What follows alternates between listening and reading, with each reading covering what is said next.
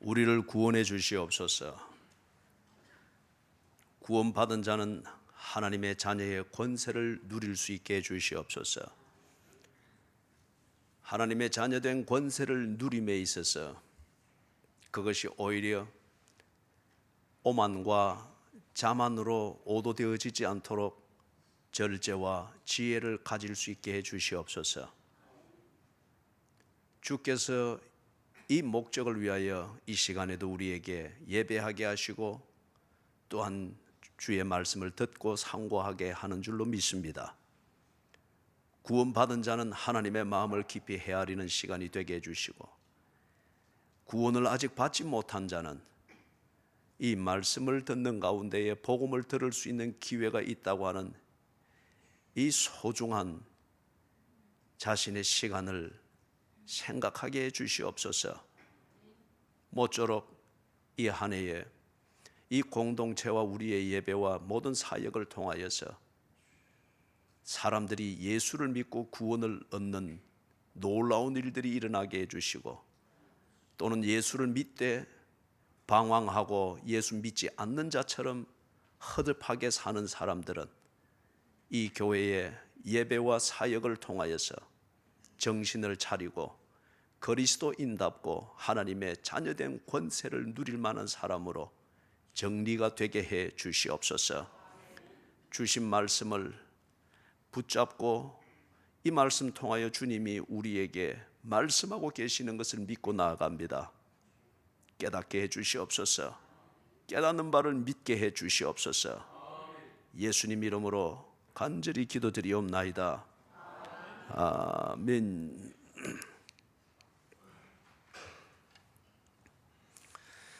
신앙생활을 하다 보면은 조금 더 알아가고 조금 더 헌신이 되어질 때에 스스로 혼돈이 일어나는 부분이 있습니다. 조금 알 때에 그냥 기본만 알 때에는 분명합니다. 그러나 이 기본에 더해지는 응용을 알고 생활을 알아나갈 때에는 조금 더 복잡해집니다.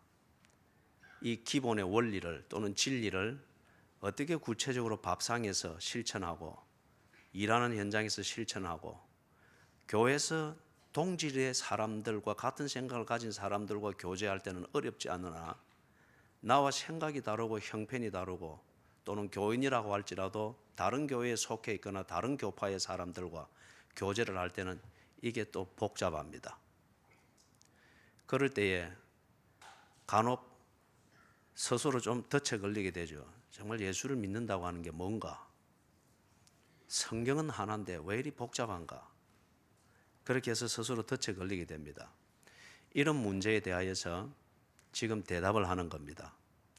그래서 우리 교단에서 이런 문제를 계속 지도해 오고, 이게 성경적 원리고 성경적 원리에 따른 삶의 지혜이다 하는 것을 가르치던 이걸 세 가지의 중요한 그 표현으로서 정리를 했습니다. 그리고 이게 지금 약 한 60년 동안 우리 교단에 이 면을 가르쳐 오고 있습니다. 성경에 대한 지식과 하나님의 자녀된 권세를 누리는 자유, 이 두 가지의 균형을 잡아서 신앙생활을 더욱더 성숙되게 하며 송구 영신 예배 때 받았던 말씀처럼 강성한 민족 되게 하시는 하나님의 축복의 통로가 막히지 않도록 바로 신앙생활하는 것이 뭔가를 가르쳐 왔습니다.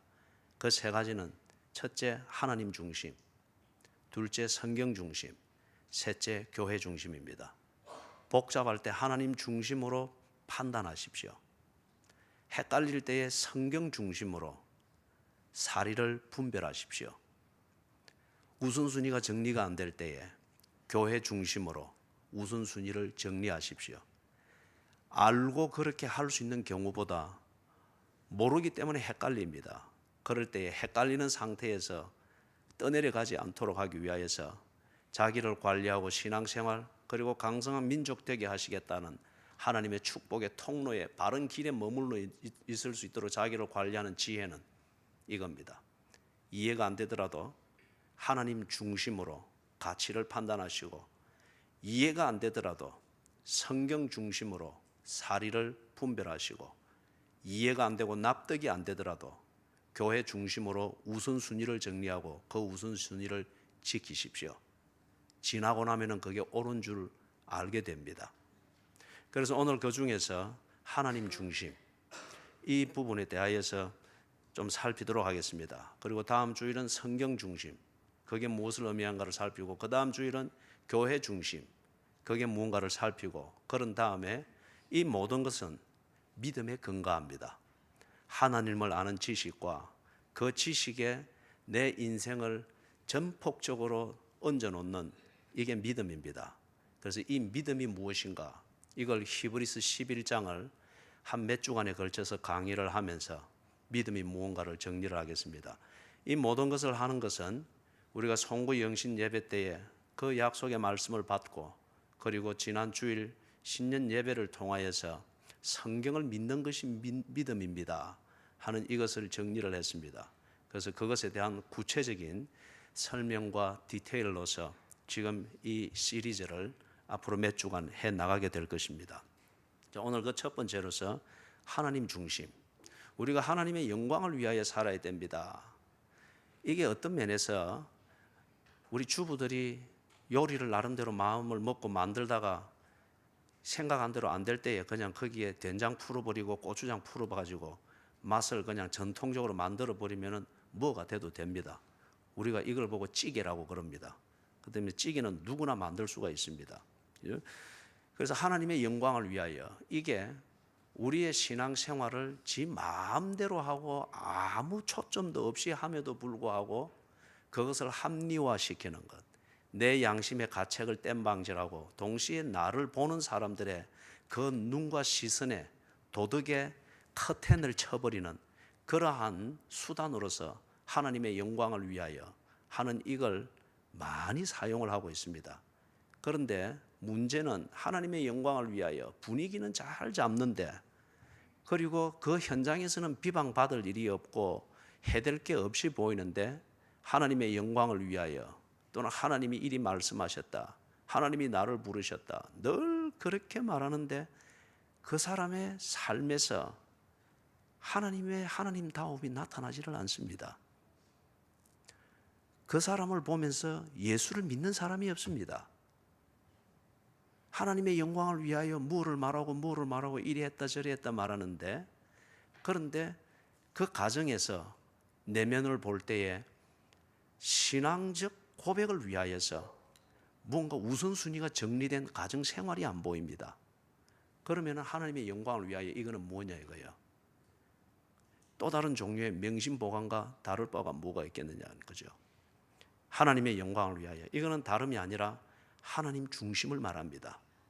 하나님 중심의 사고방식과 하나님 중심의 삶, 하나님 중심, 그것으로 우선순위를 정하며 하나님 중심 되기 위하여 내 중심을 버리는 처절한 자기와의 싸움을 하는 것이 바로 하나님의 영광을 위하여, 그것을 이야기하는 겁니다. 자, 오늘 읽은 이 본문은 고린도전서 8장에서부터 시작해서 여러분들이 정리를 하셔야 됩니다. 이걸 조금 어려운 표현으로는 아디아포라의 문제라고 합니다. 아디아포라라고 하는 말은 헬라어인데 딱히 딱 이것은 이거고 저건 저거다 흑백으로 정리될 수 있는 문제가 아니라는 거예요. 그거는 상황에 따라서나 문화에 따라서 이렇게 옷을 입힐 수도 있고 저렇게 옷을 입힐 수도 있는 그러한 문제라는 겁니다. 자, 그럼 예를 들면 이런 거예요. 우리가 십계명을 볼 때에 제1계명, 나 외에 다른 신을 내 앞에 두지 말지니라, 유일하신 하나님입니다. 이 문제에 대해서는 가타부타가 없습니다. 가타부타가 없습니다. 그래서 하나님은 이럴 때는 이런 하나님이고 저럴 때는 저런 하나님이고, 어떤 이런 식으로 하나님이 둘, 셋, 넷 어떤 다양하게 있는 것처럼 비춰지는 이것은 이미 그것은 신앙이 아닙니다. 기독교 신앙이 아닙니다. 이에 대해서는 명백합니다. 이는 이론이 어떻고 뭐가 어떻다고 해서 제1계명이 재해석되어져야 되고, 하나님은 여러 하나님이 있는 것처럼 그렇게 대화가 되어지고 하는, 이거는 이미 성경을 떠난 겁니다. 비신앙입니다. 이걸 옳다고 말하고 그것을 주장하는 것 같으면 그걸 보고 우리는 이단이라 그렇게 말을 합니다. 분명합니다. 그런데 예를 들면 또 제4계명 안식일을 기억하여 거룩히 지키라고 했습니다. 이 면에 대해서 다른 논쟁의 여지가 없습니다. 일주일 중에서 하루 안식일로 정한 그 날은 모든 일을 육체적 노동으로부터 쉬면서 하나님과의 관계를 다시 점검하고 하나님과의 교제를 위하여서 집중을 하는, 이걸 위하여서 한 날을 구별했습니다. 여기에 대해서 다른 논쟁의 여지가 없습니다. 그런데 문제는 여기에 대해서 그러면 안식일이 언제냐, 이걸 두고 토요일이 안식이다, 일요일이 안식이다 이렇게 하게 될 때에 이거는 이단의 요소가 있는 겁니다. 안식일은 언제냐? 안식일은 예수 그리스도께서 부활하셔서 우리에게 진정한 안식을 주신 그 날을 기념하여 우리의 참된 평화와 안식이 되신 예수 안에서 내게 있는 이 안식을 다시금 새기고 이 안식으로 인해서 이 땅에서 살아가는 우리의 모든 삶의 의미를 다시 재점검하기 위해 주님과 교제하는 것, 이게 참된 안식일의 개념입니다. 그래서 여기에 대해서는 다른 논쟁의 여지가 없습니다. 이걸 두고 창조의 질서에서 토요일이 안식일이었지 않느냐, 그렇기 때문에 토요일을 안식일로 지켜야 된다 하게 될 때는 이거는 다른 성경입니다. 다른 관점에서 성경을 해석하는 것이기 때문에 이거는 아디아포라의 문제가 아니고 흑백의 문제입니다. 진리냐 거짓이냐의 문제입니다. 여기는 타협의 여지가 없습니다. 그런데 안식일을 지키는 방식과 형편에 있어서는 좀 복잡하고 다양할 수가 있습니다. 단순한 예를 들면은 당직이 걸렸습니다. 당직이 걸렸을 때에 착하고 순진하지만은 아직 여기까지 정리할 수 있을 정도로 깊은 성경의 지식은 없습니다. 이 기준만 알고 있습니다. 그럴 때에 고민을 합니다. 교회를 가야 안식일을 지킬 것인데 그러자니 당직을 빼먹게 되고 다른 사람에게 이렇게 하게 될 때 그 사람에게 또 피해가 될 것 같단 말이에요. 그러면 이게 어떻게 하는 게 주일을 바로 성수하는 것일까? 어떻게 이 예배를 바로 드릴 수 있을까? 그렇게 해서 막 고민을 합니다. 그 고민은 아디아포라의 문제입니다. 안식일을 기억하여 거룩히 지키는 그 방식은 예를 들면 당직이 걸렸다. 당직을 지켜야 됩니다. 자기가 당직을 자기 나름대로의 교회에서의 어떤 관계나 맡은 일에 이유를 들어서 내가 못한다고 하게 될 때 다른 사람이 똑같은 피해를 입을 수가 있습니다. 당직을 지켜야 됩니다. 그리고 그곳에서 하나님을 예배하는 겁니다. 문제는 그 당사자가 아직 그만큼 신령과 진정으로 예배하는 자를 찾으시느니라. 그리고 그 아버지께서 자기 자녀들이 있는 곳에는 어디에나 계시는 것을 아직 잘 알지를 못합니다. 지식적으로는 안다 한들 아직 그게 자기 정서화되어지지 못하기 때문에 늘 불안한 이런 요소가 있습니다. 그렇기 때문에 안식일을 바로 지키는가 못 지키는가 자기 스스로의 의심이 있을 수 있고 그래서 어정쩡할 수가 있습니다. 이럴 때는 이 지식을 바로 정리를 해줘야 됩니다. 그래서 그가 있는 그곳에서 야곱이 돌베개 하였던 돌을 세워서 기둥을 삼아 하나님을 예배했던 것처럼, 그래서 그곳을 하나님의 집 베델이라 이름하였던 것처럼 하나님을 그곳에서도 예배할 수 있고 당직을 지키면서 신령과 진정으로 예배할 수 있습니다. 그런데 이제 이것을 알게 되어졌을 때에 남용을 하고 잔재주를 부리는 그리스도인들이 많아지고 있습니다. 하나님은 어디에나 계시고 신령과 진정으로 예배드리는 것, 그것은 내 마음의 문제지 않느냐. 그렇기 때문에 굳이 교회를 가야 되고 굳이 전통적인 예배 형식으로 예배를 드려야 되고 그럴 필요가 매일 필요가 뭐가 있느냐. 그렇기 때문에 지 할 것 다 하고 그래 하면서도 얼마든지 할 수 있지 않느냐. 주섬주섬 주일날 모임을 만들고 또는 다른 일을 만들고 아니면 주일날 뭔가 다른 비즈니스 주중에 하지 못한 것, 그걸 좀 더 할 수 있는 이것을 만들어서 성걸음에 인터넷 틀어놓고 넥타이 메고 따듬으면서 인터넷에서 나오는 그대로 좀 쭉 형식적으로 따라 예배 끝. 그것은 여러분 그가 가지고 있는 좀 깊은 지식을 가지고서 하나님 중심이 아니라 자기 중심의 일과를 만들어 가기 위하여서 자기 자신의 영성이나 양심의 가책을 땜방질하는 것으로 남용을 한 것입니다. 그렇게 될 때에 그 자녀들이 그걸 본받게 될 겁니다.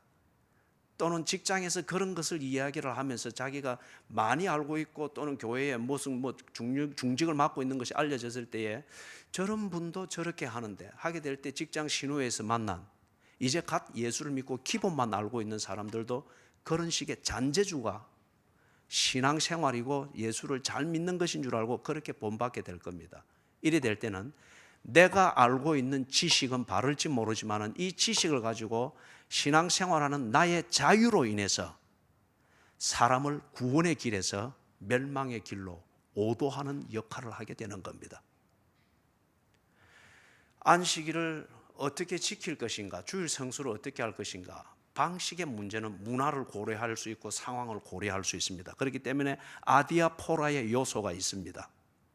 그러나 이 아디아포라의 요소를 가지고서 나름대로 하나님을 위하여 예배한다고 하는 이걸 지가 가지고 있는 지식을 가지고 그러나 정작 지 중심과 형편을 따라서 다 이렇게 해버리게 될 때 그 아디아포라의 문제에 대해서 내가 처신하는 것으로 인해서 다른 사람들, 나도 이미 실족했지만은 그것으로 인해서 다른 사람들을 하나님의 영광을 보지 못하도록 만들고 신앙생활의 본질을 보지 못하도록 만들고 산이나 울가로 나가서 겨우 구해서 기본을 알도록 신앙생활을 시작하도록 데려놓은 그 사람을 배나 더 지옥의 자식으로 만드는 악역을 하게 되는 겁니다.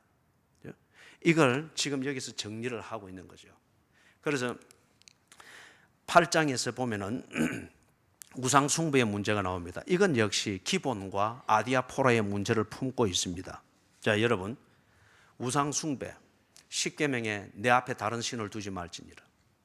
그죠? 그리고 우상에게 절하지 말라. 분명하게 말했습니다. 하나님이 한 분인 것을 믿으면은 다른 어떤 대상에 대하여서도 하나님에 대한 마음, 하나님과의 관계, 이것을 어떤 종류의 것에도 그것을 두어서는 안 됩니다. 이걸 보고 우리는 우상이라고 합니다. 그렇기 때문에 자식도 우상이 될 수 있습니다. 자식에 대한 애착과 집착 때문에 하나님의 말씀을 무시하거나 교회의 올바른 권징이나 치리를 거부하고 받지 아니하려고 합니다. 이것이 우상입니다. 배우자에 대한 사랑, 로맨틱한 사랑이 때로 하나님을 무시하고 하나님에 대한 관심이 그쪽으로 갈 정도로 우상이 될 수가 있습니다. 이런 걸 보고 우리는 우상 숭배라고 합니다. 하나님 외에 다른 신을 두지 않는 것, 명백합니다. 그런데 문제는 여기 지금 8장, 9장, 10장에서 이야기하고 있는 것처럼 우상에게 절을 하지 않아야 된다. 이거는 분명합니다.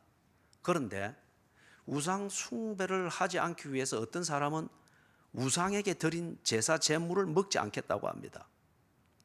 그런데 어떤 사람은 우상 숭배를 하는 것과 우상에게 드린 제물을 먹는 것, 음식을 먹는 것과는 상관이 없지 않느냐. 하나님이 한 분뿐이면은 우상에게 제사를 드리고 굽판에서 드린 떡이든지 이게 귀신이 먹고 그런 게 아니지 않느냐. 하나님은 한 분뿐이지 않느냐. 그렇기 때문에 그거 먹어도 상관이 없는 거야. 그러면서 주섬주섬 먹고 있습니다. 어떻게 생각하세요? 한쪽 교회는 우상 숭배를 해서는 안 된다. 그렇기 때문에 우상에게 드려지고 우상 숭배에 사용되어진 음식은 먹어서는 안 된다. 틀렸습니까? 맞습니까? 다른 교회는 하나님은 한 분뿐이기 때문에 우상에게 숭배를 한다는 이 자체가 헛된 것이고 우상은 없기 때문에 존재하지 않기 때문에 그 음식에 대해서 아무런 영향을 미친 게 아니다. 그렇기 때문에 이거 먹고도 아무 상관이 없는 거다. 주심주심 먹고 있습니다. 옳습니까? 틀립니까? 여러분 자신은 어떻게 처신합니까? 그 처신한 결과 여러분의 자녀들이나 친인척들이나 여러분의 지인들이 여러분의 그 처신을 통해서 성경을 바로 알게 되었습니까? 여러분의 지식에 근거해서 여러분이 판단한 그 자유와 그렇게 행동한 그 자유로 인해서 여러분의 영향을 받고 있는 초신자나 아니면은 전도의 대상자들이 예수를 믿게 되었습니까? 아니면 예수를 더 잘 믿게 되었습니까? 지금 이 문제입니다. 8장을 우리가 잠깐 한번 보겠습니다. 8장에 보면은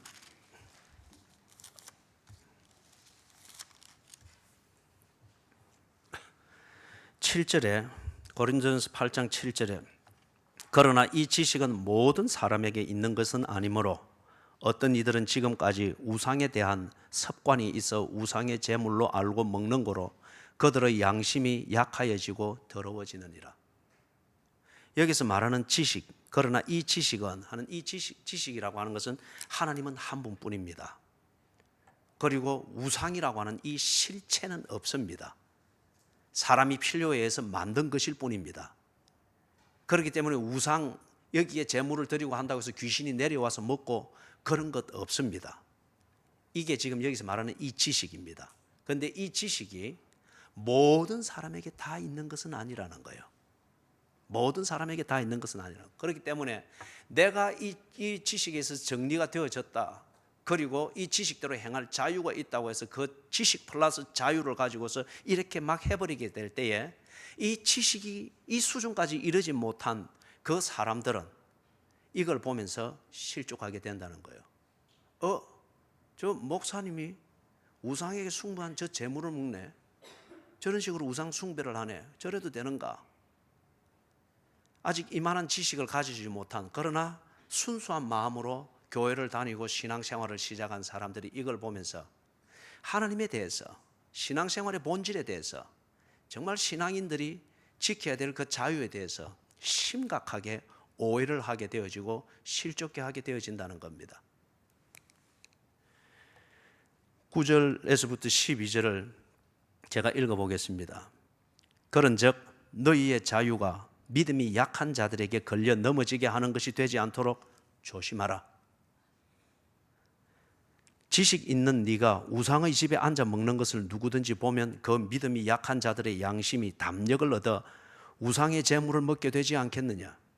그러면 네 지식으로 그 믿음이 약한 자가 멸망하나니 그는 그리스도께서 위하여 죽으신 형제라. 이같이 너희가 형제에게 죄를 지어 그 약한 양심을 상하게 하는 것이 곧 그리스도에게 죄를 짓는 것이니라. 많이 알고 정확히 아는 것 중요합니다. 그러나 내가 많이 알고 정확히 알고 있기 때문에 내가 하고 싶은 대로 할 수 있다고 하는 이 자유는 방종입니다. 자유도 남을 배려하고 남을 고려하고 목적에 맞는 자유를 행할 것을 이야기를 합니다. 많이 알고 정확하게 알기 때문에, 그렇기 때문에 내가 예수를 믿는 이 신앙생활, 예수님을 알고 예수님과의 관계에 대한 이 기쁨과 자유가 있기 때문에 내가 하는 처신, 이것으로 인해서 내가 믿는 예수, 그분의 복음이 나만큼 알지 못하는 사람에게 어떻게 비춰지겠는가? 이 성숙함을 가지고서 내 자유를 바로 쓰라고 이 얘기를 합니다.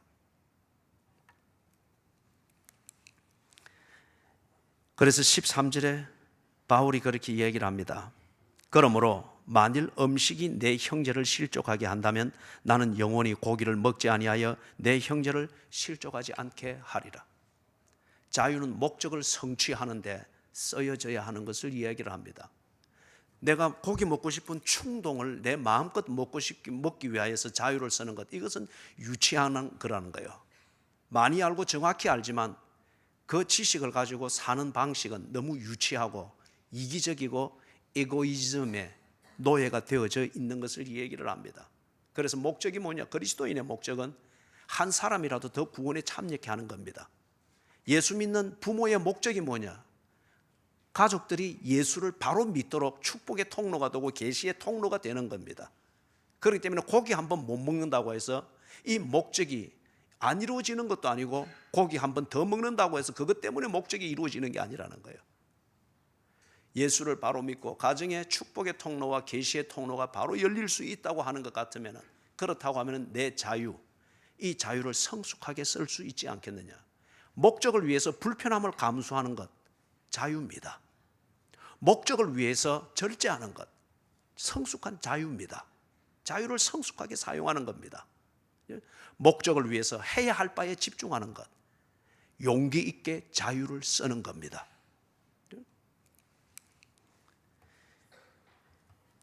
그 다음에 이 지식의 영역에 대해서 좀 더 이 얘기를 합니다. 9장은 여러분들이 이 자유에 대해서, 자유를 절제하고 성숙하게 쓰기 위해서 목적에 집중하는 이 절제를 위해서 자유를 어떻게 쓰는가, 바울의 개인적 간증을 하는 것이 9장의 내용입니다. 여러분들이 개인적으로 좀 더 찬찬히 읽어볼 수 있기를 바라고 넘어가서 10장에서 10장 6절에서부터 10절을 좀 살펴봅니다.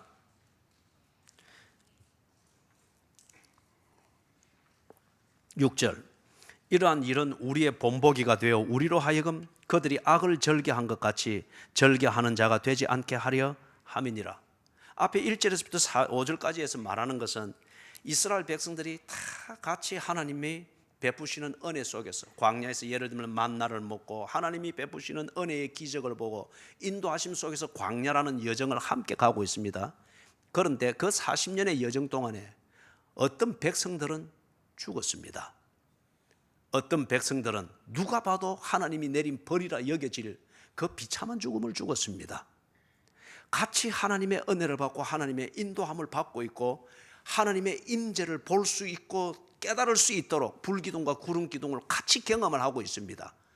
하늘에부터 내리는 기적이라 말하는 이 만나를 아침마다 걷고 먹으면서 같이 지내고 있습니다. 그런데 그 중에 적지 않은 사람들이 하나님으로부터 벌을 받아 죽었습니다. 불에 타 죽기도 하고 땅이 꺼져서 거기서 함몰되어 죽기도 하고 죽었습니다. 왜 그럴까요? 같은 은혜, 하나님에 대해서 같은 기본의 지식을 가지고 있고 같은 깨달음을 가지고 있고 하나님의 인도하심을 같이 받고 있는데 왜 어떤 이는 그러한 일을 당하게 되었느냐? 그 이유를 지금 여기서 설명을 하는 것이 6절에서부터 10절의 내용입니다. 이러한 일은 우리의 본보기가 되어 우리로 하여금 그들이 악을 절개한 것 같이 절개하는 자가 되지 않게 하려 함이니라. 이 말이 무슨 말입니까? 어떤 이는 하나님을 똑같이 경험하고 똑같은 팩트를 보고 압니다. 그런데 그것을 알고 지식을 가지기 때문에 그 지식에 따라서 행동할 자유가 있습니다. 그런데 어떤 사람은 그 행동할 자유를 악을 행하는 것으로 썼습니다. 어떤 사람은 그 지식에 근거한 자유를 우리가 보고 깨달은 이 하나님께 걸림이 되지 않고 모순이 되지 않고 다른 백성들이, 우리의 자녀들이 이 하나님을 바로 믿을 수 있게 도움이 되고자 하는 이걸 위하여서 그들의 자유를 썼습니다. 하나님을 오해하게 만들고 그래서 하나님 앞에서 하나님을 떠나게 만들고 하나님을 모욕하도록 만드는 이 결과를 만들어내고 이런 악영향을 미치는 그런 종류의 자유를 쓴 자들은 하나님이 그냥 없애버렸습니다. 반면에 하나님을 똑바로 보고 똑같은 그 지식을 가지고 있잖아요. 그렇기 때문에 이 하나님을 바로 섬기고 우리의 자녀들이, 우리의 차세대가 이 하나님과 더불어서 동행해야 한다. 이것을 어쩌면 역사의식의 계승일 수 있고 신학의식의 계승일 수 있습니다. 이것에 도움이 되도록 그들의 자유를, 절제할 것은 절제하고 추진할 것은 추진하는 용기를 발휘했던 이 사람들은 광야의 여정 40년을 마쳤다는 겁니다. 그러면서 그 사례를 7절에서부터 10절까지 몇 가지 들고 있습니다. 7절, 그들 가운데 어떤 사람들과 같이 너희는 우상 숭배하는 자가 되지 말라. 기록된 바 백성이 앉아서 먹고 마시며 일어나서 뛰논다함과 같으니라. 하나님을 알기 때문에 그 하나님으로 인해서 자기 자신들의 육체적 즐거움과 쾌락을 즐길 목적으로 하나님의 이름을 빌어서 예배의식과 제사의식을 마음대로 바꾸었습니다. 결국 그것이 금송아지를 섬기는 우상 숭배가 되었습니다. 이것을 보면서 백성들과 차세대들이 하나님에 대해서 완전히 오도해 버릴 수 있기 때문에 이 누룩과 같은 악 영향을 부리는 자들을 하나님은 제거하셨습니다. 내가 하나님을 알고 있기 때문에, 하나님을 다른 사람보다 좀 더 많이 알고 있기 때문에 하나님에 대한 그 중심과 진실이 없이 내 자신의 욕구를 즐기고 챙기기 위하여서 하나님에 관한 지식을 그렇게 남용하고 오용하는 그리스도인들이 많이 있습니다. 이것은 우상 숭배입니다. 하나님을 남보다 좀 더 많이 알고 있기 때문에 그 지식에 근간 자기 자신의 자유로운 신앙생활이 우상 숭배로 스스로 오도하고 있는 이 경우를 말합니다. 8절에서는 다른 예를 이야기합니다. 그들 중에 어떤 사람들이 음행하다가 하루에 2만 3천 명이 죽었나니 우리는 그들과 같이 음행하지 말자. 민수기서에 나오는 비느하스, 청년 비느하스의 그 케이스를 여러분이 알 겁니다. 이 음행이 광야에서 텐트를 치고 주님과 동행하며 수년 동안 이루어온 그 진영에 하나님의 임재가 명백한 그 자리에 어느 때부턴가 옆에 있는 그 정착에 사는 그 족속들의 문화, 음행의 이 문화를 이걸 자연스럽게 끌어들인 거예요. 그리고 이거는 하나님의 축복이고 광야의 여정에 지친 우리를 도우는 하나님의 위로고, 그리고 이거는 새로운 문화이기 때문에 우리도 새로워져야 된다고 하는 식으로 어떤 그런 공동체의 원기를 풀어넣는 이런 식으로 이렇게 하면서 그러다 보니까 죄의식 없이 여전히 광야에서 헤매고 있는 이 이스라엘 백성들의 진영에 이게 쑥 들어온 거예요. 너무 재밌는 거예요. 그리고 너무 활력이 넘쳐나는 거예요.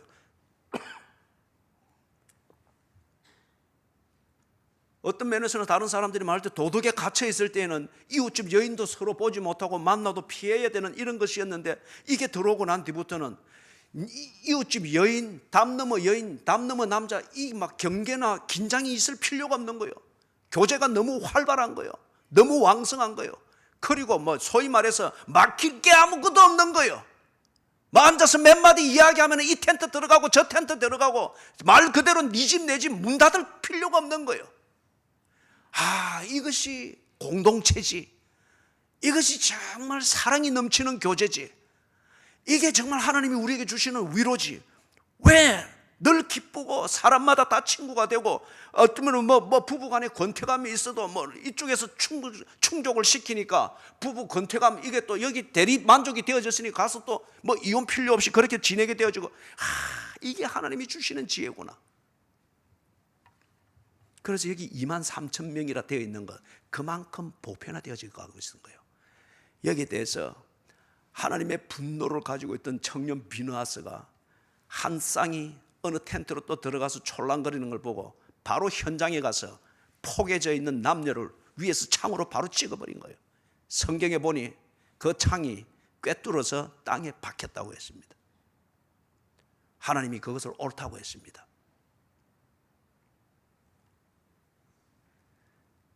중독은 무엇이 옳고 그른지 분별하고 고민하게 만드는 감각을 없애버리는 걸 보고 중독이라고 그렇게 말합니다. 중독이 되어질 때는 옳고 그른 것에 대한 고민이 이게 없어지고 그 자리에 뭐로 꽉 찹니까? 재미로 꽉 찹니다. 그렇기 때문에 중독이 될 때는 어떤 사리 분별이나 판단력이 없어집니다. 성중독이 그만큼 무서운 겁니다.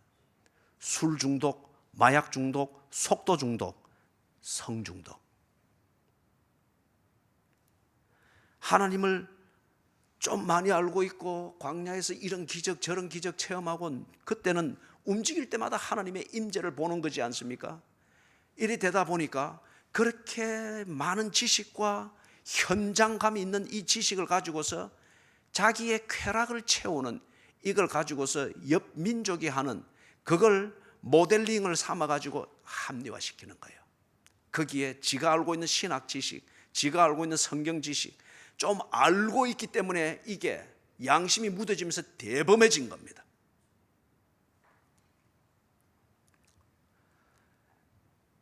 (2만 3천 명) 음행을 하다가 죽은 이 2만 3천 명은 그의 자유, 알고 있는 지식 플러스 자유인데 이 자유가 빗나갔습니다.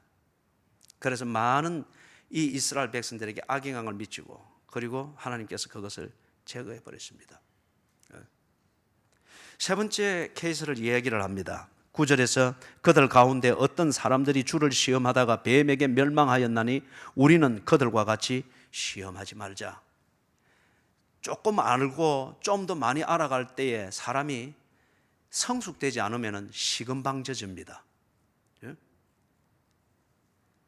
우리 사회에 지도급에 해당되어지는 이 지식인들 참 훌륭한 분들이에요. 오피니언 리더로서 훌륭한 역할들을 합니다. 그러나 개중에 유감스럽게도 지식은 전문화되어 있고 높은 지식을 가지고 있고 영민한 머리를 가졌는데 성숙되어지지 못하다 보니까 만삭되어 있는 자기 아내를 그냥 욕조에 죽이고 자기가 배운 전문적인 의학 지식을 가지고서 알리바이를 엉뚱하게 만들어서 구질구질하게 그렇게 사는 모습들을 간혹 우리에게 보여줍니다.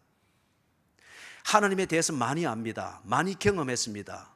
풍부한 신학과 제자 훈련을 통해서 자기 나름대로 단단한 틀이 잡혀 있습니다. 그러나 성숙되어져 있지 못할 때에 하나님과의 깊은 교제를 통하여서 인격이 그렇게 성화되어져 있고 성숙되어지지 못할 때에 지가 알고 있는 하나님의 지식을 가지고 하나님을 건드립니다.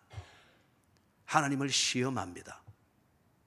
이래도 괜찮은 거야. 11조는 세금 전, 세금 후, 아니면 이거는 공공요금, 이거는 사비로 쓰는 거 알고 있기 때문에 그렇게 복잡해지는 거예요. 그리고서 말라기서를 가지고 하나님을 시험하고 건드리는 겁니다. 앞에서 예를 들었던 것처럼 예배자를 찾으시는 하나님, 신령과 진정으로 예배드리는 하나님, 이것에 대해서 어중간히 좀 알고 있고 남들보다 좀 더 많이 알고 있기 때문에 주일 성수를 외나무를 타듯 외줄 타듯 교회 생활을, 예배 생활을 외줄 타듯 고개하듯 이거는 되고 저거는 안 되고 지가 이래 하면서 하나님을 시험하고 있는 거예요.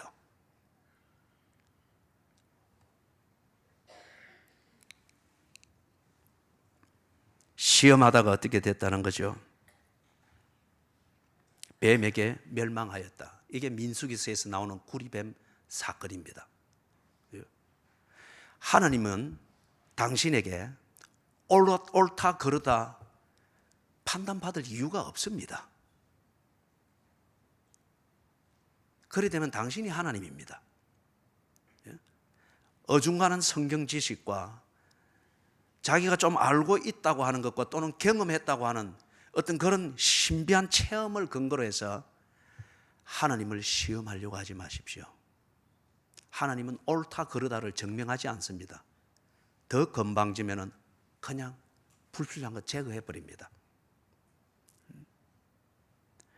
본인도 그렇지만은 이러한 태도 때문에 우리의 가족들이나 우리의 지인들이나 아니면은 기본을 알고 순수한 마음으로 교회를 통해서 교회 생활을 시작하는 그 착한 교인들, 그러나 좌우를 분별할 정도로 준비 안 된 교인들이 이런 식으로 아주 교만하고 오만한 그런 신앙의 체질을 덕지 붙이게 된단 말이에요. 그죠? 여러분들은 어떤 면에서 순수한 마음과 자기 자신이 정리된 배경을 가지고서 하는 교회에 대한 비판이나 아니면 불편한 마음 또는 목사에 대한 불편한 마음이나 어려움들을 개인적 심정을 가지고 진실한 마음으로 했다고 치더라도 아직 교회를 잘 모르고 그냥 순수한 마음뿐이고 아니면 목사를 볼 때 여전히 거리를 두고 보기 때문에 그냥 신비하게 볼 뿐이에요. 그냥 기대를 할 뿐이에요.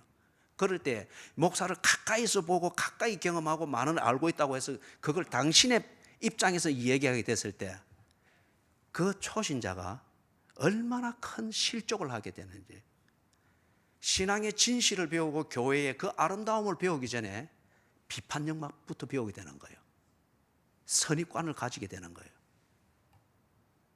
떠나는 교인들을 많이 봅니다.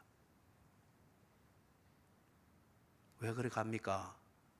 그래 물으면은 아직 교회도 자질을 알 수 있는 사람도 아닌데, 참 목사님 어려운 말입니다만은 내가 믿고 그 사람이면은 그렇게 신앙생활하는 게 절대 틀리거나 순수함이 오염된 사람이라 볼 수 없는 그 분이 목사님에 대해서 이리 이야기합니다. 설교에 대해서 이리 이야기합니다. 그래서 참 불편함을 겪고 있다고 합니다. 그렇기 때문에 저는 자신이 없습니다.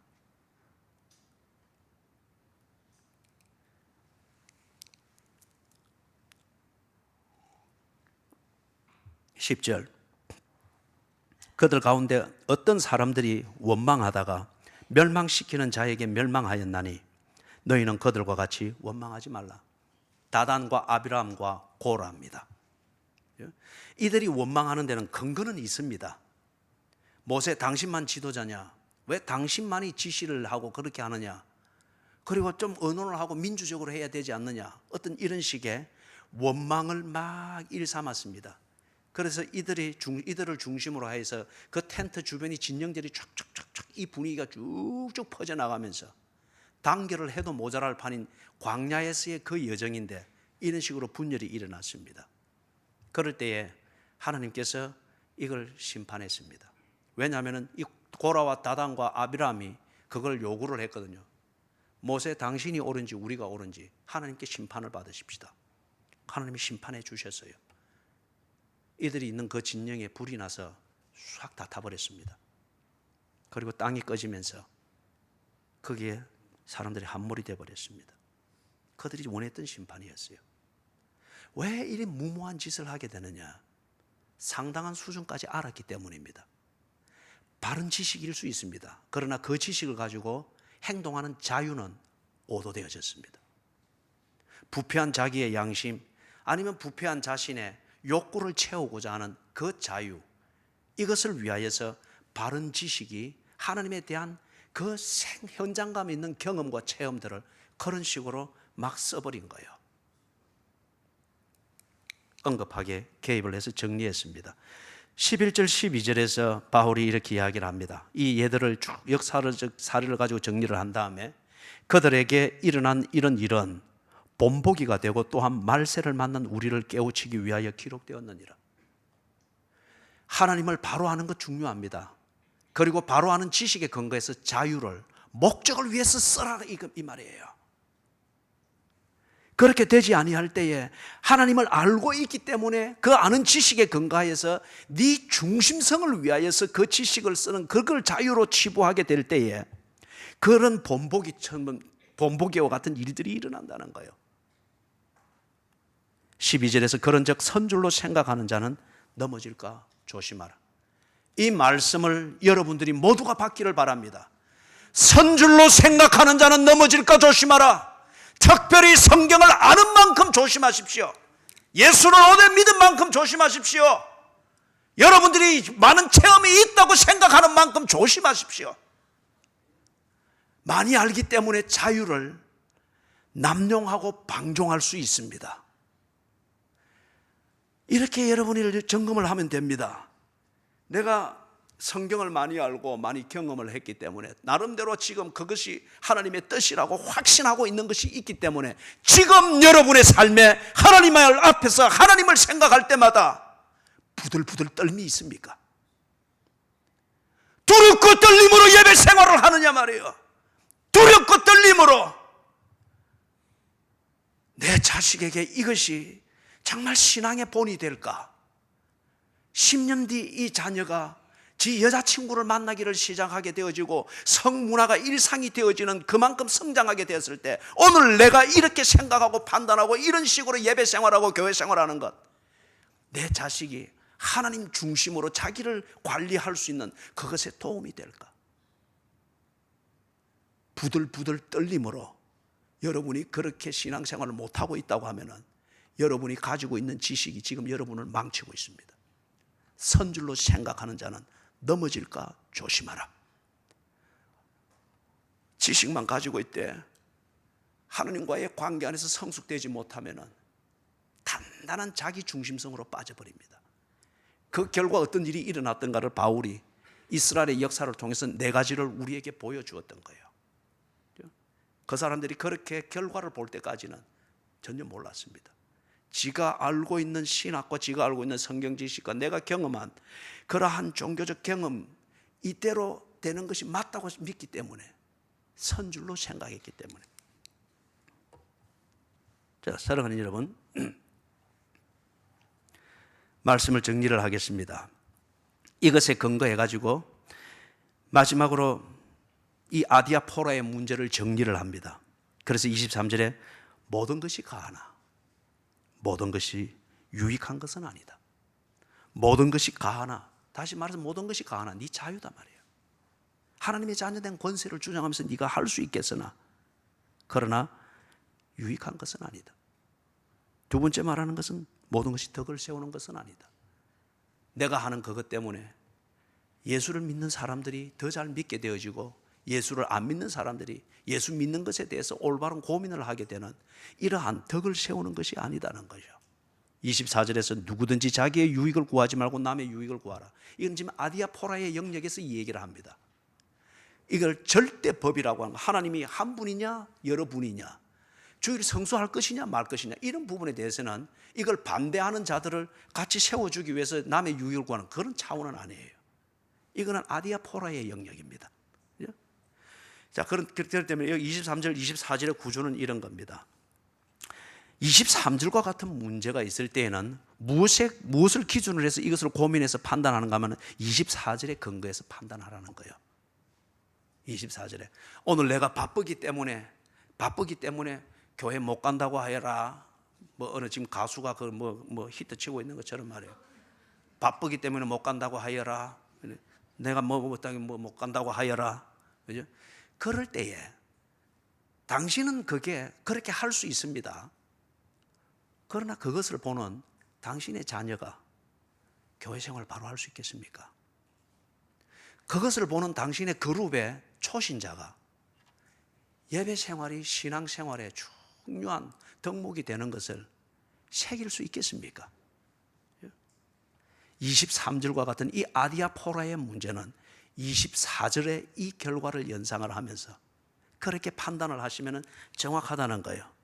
그런 다음에 25절에서부터 28절 사이에서는 우상의 제물에 관한 문제를 이야기를 했습니다. 앞에서 쭉 정리를 했습니다.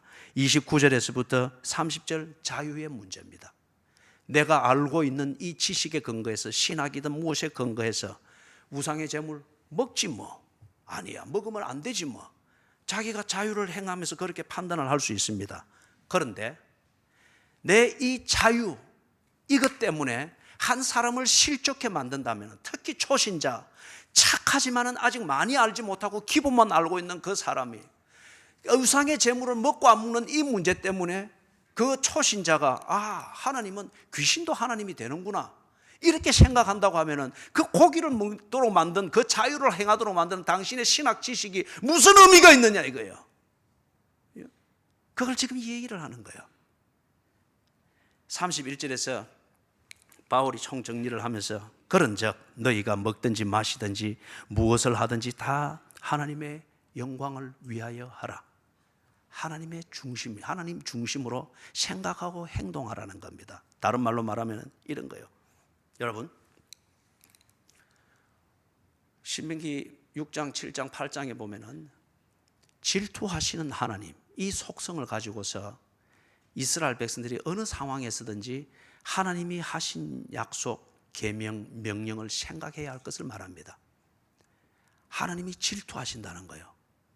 하나님은 외에 다른 것에 더 마음이 간다든지 아니면 다른 가치를 가지고 하나님을 저울질하게 될 때 하나님은 마음을 빼앗기는 것을 결코 원치 않는다는 이것을, 사람들 사이의 교제 관계에서 가지는 질투, 이걸 가지고서 당신을 그렇게 우리에게 계시하셨습니다. 하나님으로 하여금 질투를 일어나도록 만드는 그런 고민과 행동은 하나님의 영광을 위한 것이 아닙니다. 내가 하나님에 대해서 많은 지식을 가지고 그 지식에 근거해서 어떤 결정을 만들고 처신을 할지라도 그것으로 인해서 하나님이 네가 이제 더 이상 내게 마음을 주지 않는구만, 아니면 더 이상 내가 네게 있어서 유일한 하나님은 아니구만, 이걸 느끼게 만드는 그러한 생각이나 고민이나 처신은 하나님 중심의 신앙생활이 아닙니다. 그 다음에 하나님께서 뭡니까? 여기서 이제 그 영광을 위하여 하라 그렇게 했단 말이에요. 그러면은 하나님이 질투하시는 하나님이시다, 하나님이 질투를 느끼도록 만드는 그러한 것은 바른 것이 아니다. 이걸 어떻게 우리가 또 좀 이해를 할까? 여기서 말하는 것을 표현을 근거로 해서 결과를 보아야 됩니다. 영광은 자기다움입니다. 내가 한 처신, 나름대로 이게 신앙생활이라고 했는데 그 결과 내 가정이 예수를 더 잘 믿게 되어지는가? 그러면 하나님의 영광을 위하여 사는 겁니다. 내가 나름대로 이것이 하나님의 뜻에 맞고 성경적으로 한 것이라고 해서 늘 예배 빼먹고 예배 반동가리 내먹고 그렇게 하면서 살았습니다. 지는 가가지고 있는 지식에 있어서 부끄러움이 없어서 했다고 합니다. 그런데 당신으로 인해서 당신을 바라보고 존경하고 있는 초신자들이 그런 식으로 신앙생활을 닮아가고 있고, 자녀들이 그런 식으로 신앙생활을 닮아가고 있으면서 그래도 자기는 구원받았다라고 꼭 아버지가 말하고 엄마가 말하듯이 그렇게 하고 있다. 지식은 바른지 모르나 당신의 자녀에게서, 당신을 존경하고 신뢰하고 있는, 당신을 믿고 있는 초신자들에게서 예수를 믿는 뭔가가 안 보입니다. 꼭 외파는 같고, 꼭 뭔가 보험 설계사 같고, 그래서 고객 중심으로 늘 그걸 거래하기에 좋은 대로 찾아다니는, 그것이 꼭 교회 생활하는 것과 똑같은 거예요. 그러다 보니까 당신은 이게 성경이라고 해서 나는 떳떳하게 한다고 하는데, 당신의 그 삶의 내용도 그렇고 당신 주변에 연약한 사람들에게도 그렇고 예수 믿는 냄새가 전혀 나지 않는 거예요. 구원받은 자의 생활이 개선되어지는 영향력이 전혀 나타나지 않는 거예요. 그러면 당신은 선줄로 생각하여 오만하게 살고 있습니다. 하나님 중심으로 사는 것이 아니라 자기 중심성을 위하여서 당신이 알고 있는 하나님에 대한 지식을 마음껏 사용하고 남용하고 있는 것에 지나지 않는 거예요. 하나님의 영광을 위하여 사는 것이 아닙니다. 하나님의 영광을 위하여라는 커튼을 치고 당신 마음대로 살고 있습니다. 경고합니다. 우리가 앞에서 10장 6절에서부터 10절에 봤던 그 일들이 일어날 수 있습니다. 악영향으로 인해서 하나님에 대해서 오도하게 만들고, 연약한 자들이 또는 차세대가 하나님을 오해하게 만들고 그래서 엉뚱하게 가도록 만드는 이것은 하나님이 언제나 제거했습니다.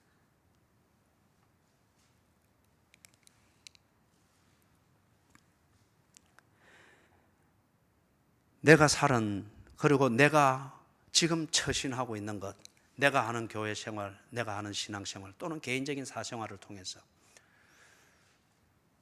내 가족들이 적어도 예수 믿는 것에 대해서 올바른 고민을 하고 있는지, 그럴 정도로 영향을 미치고 있는지, 내가 하고 있는 교회 생활을 통해서 내 주변의 사람들이 교회에 그치는 자가 되는 것이 아니고, 불만 분자가 되는 것이 아니고, 원망하고 비판하는 이것이 정의인 줄 알고 자꾸 그렇게 그런 체질을 만드는 것이 아니라, 내가 하는 교회 생활을 통해서 그들이 더 성경을 알고 싶어하고, 나눔 그룹을 더 하고 싶어하고, 봉사를 더 하고 싶어하고, 교제를 위해서 자기를 좀 더 낮추고 모를 깎는 이 고민을 할 줄 알게 되는 이런 열매가 있는가?